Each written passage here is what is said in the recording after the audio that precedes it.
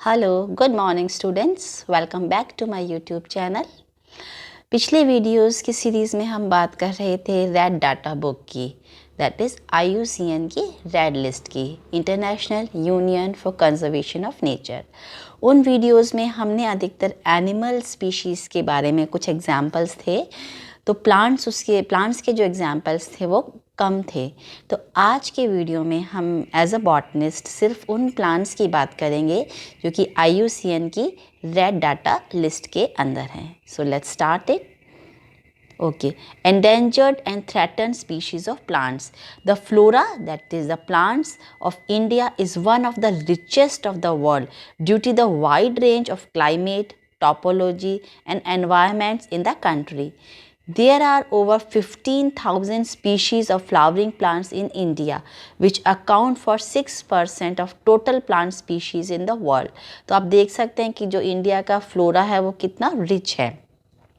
According to the Encyclopedia of Earth, over 8,000 plant species are officially threatened or endangered at every hour.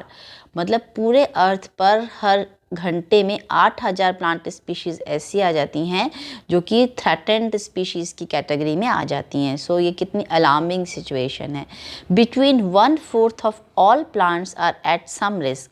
The combination of global warming and habitat destruction is the sole reason for disappearance of many plants from Earth's face. तो इसका main reason क्या है? हमारी human activities.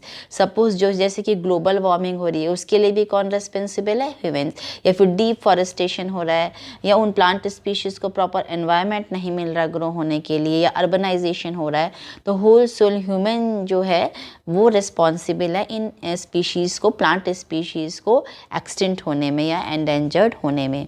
The combination of global warming and habitat destruction is the sole reason for the disappearance of many plants from Earth's face. Though there are thousands of interesting and unusual plants are there, here are some common plants which we have seen 30 years back become rare and endangered species. तो कुछ ऐसे plants हैं जो कि कुछ सालों पहले तक आराम से नॉर्मली देखे जा सकते थे, पर वो अब क्या हो गए हैं? रेयर हो गए हैं, एंडेंजर्ड स्पीशीज़ के अंदर आ गए हैं। तो हम कुछ ऐसे प्लांट्स को डिस्कस करते हैं। ये लिस्ट है 2013 की, इसमें है टॉप 10 मोस्ट एंडेंजर्ड प्लांट्स। तो सबसे पहला इसके अंदर आता है वेस्टर्न प्रेरिये फ्रिंज्ड ऑर्किड। ये only exist in 5 US states in the Midwest. तो US की सिर्फ 5 स्टेट्स के अंदर ये पाया जाता है। The endangered species coalition estimates that there are only 172 population of this plant. तो ये कितने? सिर्फ 172 के बचे हैं। With merely 4 with more than 1,000 plants. This is a wetland plant that grows in the Perrier Pathols indents left by the glaciers in the recent ice age 20,000 years ago. The main threats to this plant are development, overgrazing, fires and global warming. तो इस plant को main threats क्या हैं? Development है, जो कि उन जगहों पर डेवलपमेंट हो रहा है जहाँ पर ये प्लांट्स उगते हैं, ओवरग्रेजिंग है, फायर्स एंड ग्लोबल वार्मिंग है। सेकंड लिस्ट में जो आता है एंडेंजर्ड प्लांट्स की, वो है रेफ्लेशिया फ्लावर। इसका बहुत बार आपने नाम सुना होगा कि लार्जेस्ट फ्लावर कौन सा होता है? रेफ्लेशिया का होता है। ओके, तो it is though this rafflesia flower is thought to be the largest flower on the planet. Largest flower होता है ये Rafflesia. The flower itself does not have a structural stem, leaves or roots, but what it does have is the pungent odors of the decomposing flesh, hence the nickname corpse flower. तो इसका बहुत इसमें pungent और मतलब flash, सड़े हुए मांस जैसी स्मेल आती है इसके अंदर। Okay, it grows 3 feet in diameter and weighs up to 24 pounds. देखिए कितना हैवी और कितना बड़ा होता है ये। The Rafflesia is parasitic, growing on the tetrastigma vine in the forest of Borneo and Sumatra. तो ये एक पैरासिटिक प्लांट होता है और it is the largest flower on the earth, on the planet, और ये भी क्या है? अब एंडेंजर्ड प्लांट्स की कैटेगरी में आ गया, शामिल हो गया है। Then Georgia aster. Georgia aster is the native to the southern eastern United States. According to natureserve.com, a conservation organization, this plant first grew in small clumps, but now there are about 60 populations of this plant due to natural habitat development. तो ये इसका status है Georgia aster का. Okay, now विजिन्स एक्लाइफा. It is a native to tiny part of the Galapagos Islands. Construction work and loss of habitat are the main reasons these plants have declined in number. तो ये भी construction की वजह से या और जो इनके हैबिटेट चेंज हो गया उसकी वजह से इनके नंबर में भी क्या हो जा रहा है, इनकी जो नंबर हैं वो भी कम होते जा रहे हैं. Then Texas wild rice. It only has 140 clumps left with a seemingly grim future ahead. Growing only in the fresh water of San Marcos River, this plant is endangered by lowering water levels caused by the Spring Lake Dam, according to the Center of Plant Conservation. तो according to the Plant Conservation जो centre है उनके हिसाब से क्या हो गया, जो वाटर लेवल्स थे वो कम हो गए डैम बनने के कारण. इस कारण ये जो वाइल्ड राइस की जो वैरायटी है वो एंडेंजर्ड होती जा रही है. Then Howell's spectacular thelypody only has 5 populations remaining, all of them in Oregon's northeast. Okay, in 1999 about 30,000 plants remain, but its population drops annually due to unnecessarily grass mowing in the areas this plant calf home. This plant calls home. तो जहाँ पर इसका home था वहाँ पर unnecessarily जो grass माउइंग से या इसकी जो पॉपुलेशन है वो कम होती जा रही है, जो कि एक टाइम पर 1999 में 30,000 थी वो रिड्यूस होकर अब सिर्फ 5 रह गई है. तो ये कुछ ना कुछ हर एक प्लांट के एक्सटेंशन के पीछे रीज़न है कि वो क्यों नंबर में कम होते जा रहे हैं. Then Oahu stenogyne. This member of the mint family was said to be extinct in 2000 until one sighting of a plant confirmed it was still alive. तो 2000 के अंदर ऐसा लगा था कि ये प्लांट क्या हो गया, गायब हो गया, एक्सटिंक्ट हो गया, बट अचानक ही वो दिखा और पता चला कि ये अभी भी जिंदा है. Growing only in Waianae mountains of the island of Oahu. तो ये सिर्फ उन जगहों पर ही मिलता है, वियाना के माउंटेन्स में. Then Ouachita mountain golden rod, thought to be a remnant of the last ice age. The actual population of this golden rod is unknown. It lives in 3 countries along the border of the Arkansas and Oklahoma. तो ये इसका भी बहुत जो exact population है वो हमें पता नहीं है और ये सिर्फ कुछ ही जगहों पर पाया जाता है. Then it is Bashan fir. It is a species of जो fir होते हैं in the family Pinaceae. It is endemic to the Baishanu Shah in southern Zhejiang province in eastern China. तो ये भी कुछ ईस्टर्न चाइना के कुछ parts में ही मिलता है. Then Arizona agave. With less than 100 plants alive in 1984, agave arizonix has managed to keep its population from declining considerably. Only 2 populations have survived, both located in Toronto National Forest of Arizona. तो इसकी कुछ populations हैं जो कि सिर्फ Arizona के अंदर ही मिलती हैं. Then endangered plant species of India. India के अंदर कौन से ऐसे प्लांट्स हैं जो कि एंडेंजर्ड की श्रेणी में या कैटेगरी के अंदर आते हैं. उसमें सबसे पहला नाम है पॉलीगाला इरेगुलरिस. ये गुजरात में है और ये रेयर कैटेगरी में आता है. It is commonly known as milkwort. This plant is both an annual and perennial herb. It bloom during July and August. The plants are found at the altitude of 1000 metres. The flowers are found in blue, pink and white. Then lotus corniculatus Gujarat में है, ये भी rare है. This plant belong to the pea family. The plant bears pretty little yellow flowers that grown in a circle at the end of the stem. It used in agriculture as a forage plants. तो जितने भी plants के नाम मैं आपको बता रही हूँ वो पूरी आपको examples में learn करने हैं, क्योंकि आपके questions के अंदर आ जाएगा कि name any 5 plants of endangered plants in from India या from world से आप हैं तो पहले वाली लिस्ट से ले सकते हैं. देन साइलोटम न्यूडम कर्नाटका का है, ये में पाया जाता है. It is also known as mouse, skeleton, Fock one, whisk one etcetera. This plant is both rootless and leafless, forming low growing clumps. Then acacia प्लेनिफॉर्मिस Tamil Nadu में है ये. It is also called umbrella thorn. This plant grown as a shrub or a short tree. In Tamil they are called kudaival. The tree is used as fuel and fodder for sheep and goats. When the tree is fully grown it looks like a spread umbrella. तो जब ये fully grown हो जाता है, जैसा आप picture में देख सकते हैं, तो ये अम्ब्रेला जैसी शेप आ जाती है, इसीलिए हम इसको कहते हैं umbrella thorn.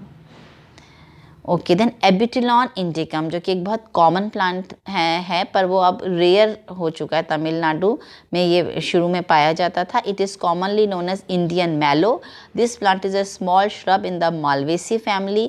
This plant was much used in Siddha medicine and its roots, bark, flower and leaves have all been used for medicinal purposes. It is called thuti in Tamil and antibala in Sanskrit. Then Chlorophytum malabaricum, Tamil Nadu. This plant also known as Malabar lily. It is found in the western Ghats. It is a small herb with a stem closely attached with leaves. Flower are star shaped and highly fragrant. जैसे diagram में इसमें picture में आप देख रहे हैं ना, flowers आपको स्टार शेप्ड नज़र आ रहे हैं. ये red listed plants of India की ये लिस्ट है, तो गो थ्रू द आप लिस्ट. ये एक एक करके आप इसमें से भी आप एग्जांपल देख सकते हैं. यहाँ पे फैमिली दे रखी है, इनका डिस्ट्रीब्यूशन दे रखा है कि कहाँ पर है, और इनका स्टेटस दे रखा है कि ये रेयर है, एंडेंजर्ड है, वल्नरेबल है, एक्सटिंक्ट है. तो इधर राइट हैंड साइड पे आप उसका स्टेटस दे रखा है. तो आप इस लिस्ट से भी एग्जाम्पल्स आप जो भी आप लर्न कर सकें वो देख सकते हैं कि ये प्लांट्स हैं जो कि इंडिया के हैं और कहाँ कहाँ पर वो पाए जा सकते हैं और उनका स्टेटस क्या है. Okay. Now endangered species need your help. Here are some ways that you can get involved. तो जो endangered species हैं उनको हमारी हेल्प चाहिए. हम ही नहीं उनको एक्सटिंक्ट किया है, पर अब हम उनको किस तरह से वापस ला सकते हैं. तो हमें क्या करना चाहिए?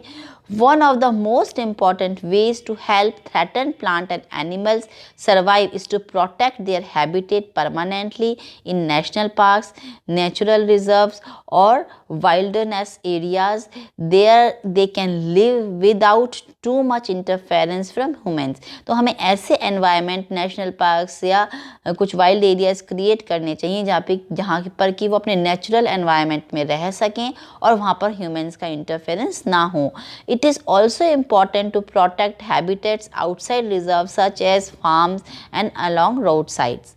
You can visit a nearby national park or nature reserve. Some national parks have special guided tours and walks for kids. Talk to the rangers to find out whether there are any threatened species and how many are being protected. You and your friends might be able to help the rangers in their conservation work.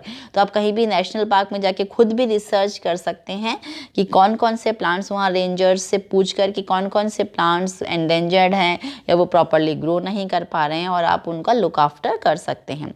When you visit a national park, make sure you obey the wildlife code. Follow the regulations. Leave your pets at home.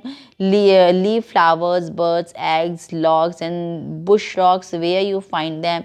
Put your rubbish in a bin, or better still take it home. तो जो भी आप जब भी किसी park या ऐसी जगहों पर जा रहे हैं वहाँ के आप रूल्स फॉलो करें. अपना वहाँ पर कूड़ा कचरा ना फैलाएं, उनको डस्टबिन में ही डालें. तो ये प्लांट्स एट रिस्क हैं और plants they are crying for the help us. Plants, even animals. Okay, so SOS इसका मतलब है save our species, जो कि plants और animals दोनों ही कह रहे हैं. If you have friends who live on farms, encourage them to keep patches of bush as wildlife habitat and to leave old trees standing, especially those with hollow suitable for nesting animals. यदि आपके खेत हैं या आसपास खेतों में ऐसे plants जो कि ओल्ड ट्रीज़ हैं और उनके स्टेम्स भी होलो हो चुके हैं, पर वो क्या कर रहे हैं, नेस्टिंग का पर्पस सॉल्व कर रहे हैं, तो इस वजह से भी एनवायरनमेंट फ्रेंडली है, जो बर्ड्स को भी नेस्ट बनाया जा सके या कुछ बुशेस बन सके, मतलब एनवायरनमेंट फ्रेंडली क्रिएट हो सके atmosphere both for the plants and animals, तो हमें वो एक्स्ट्रा जो प्लांट्स हैं उनकी कटिंग नहीं करनी है. Some areas have groups which look after local lands and nature reserves. They do this by removing weeds and planting local native species in their place. You could join one of these groups or even start a new one with your parents and friends.